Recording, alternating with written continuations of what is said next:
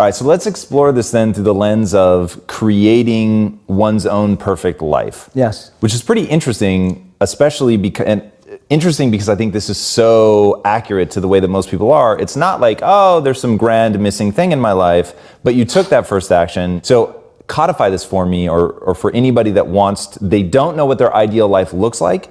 They just know that they're not living it yet. Mm-hmm. So step number one is take it seriously. To find out if the hypothesis is true or not, you have to take the experiment. You have to do it sincerely. Mm-hmm. What comes after that? I think even one step before that is opening yourself up to new role models and new experiences. See, we live in echo chambers. We're just surrounded by the same thinking. How often do you bump into a monk? You know, it just doesn't happen. No one has a dinner party and goes, oh yeah, we just invited the monk, from town, like the local monk. Like no one ever does that. And so we meet people who are just like us most of the time. And we talk about this in business all the time. If you want to be a billionaire, spend time with billionaires. If you want to be a millionaire, spend time with millionaires. If you want to be a tech startup, spend time with, that's the common rhetoric that we hear all the time.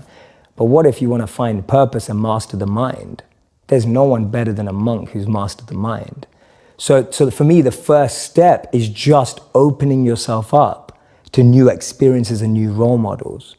Because most of us can't see ourselves in people, so then we try and fit ourselves into the boxes that we do see. And I mean, there's this beautiful quote that I've been saying it everywhere, and I wish I wrote it, but I didn't. So it's by a philosopher and writer named Cooley. And he said that today, I'm not what I think I am. I'm not what you think I am. I am what I think you think I am.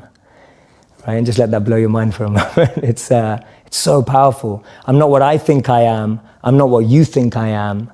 I am what I think you think I am. So we live in this perception of a perception of ourselves. Hence, my identity is made by what my parents think I should be. My identity is made up by what my college or university thinks I should achieve. While you're living in that bubble and that echo chamber, getting to what you really want to do is impossible, because maybe that just doesn't fit. And I think so many people feel that way today, that they don't fit into the current education system. They don't fit with the 3 or 4 or 5 careers that you're taught exist. So that process of self-excavation and actualization first requires being exposed. You can't be what you can't see. If I never saw a monk, I would never have wanted to be a monk. If I never meet a billionaire, I wouldn't want to be one, because I wouldn't know what that feels like. I don't know what it looks like. I don't know what it takes. And I think that's the biggest challenge of our society, that we're not exposed. So that's the first step, being exposed to unique experiences and role models.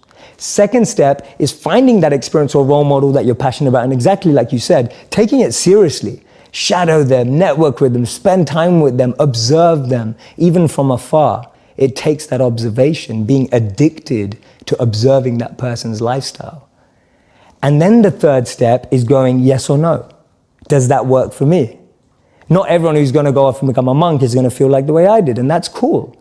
But not everyone is going to go and follow and shadow a billionaire and go, that's exactly the lifestyle I want. They may want the result, but do they want the hard work that goes with it? And so for me, that's the third step.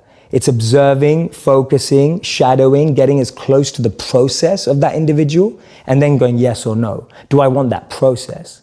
Not do I want the result? Everyone wants to be that monk who's fully enlightened, can walk through, has an incredible aura that people just gravitate towards. But when you realize he has to wake up at 2 a.m. every day and sleeps about 4 to 6 hours, you're like, I don't want to do that. That doesn't sound like me.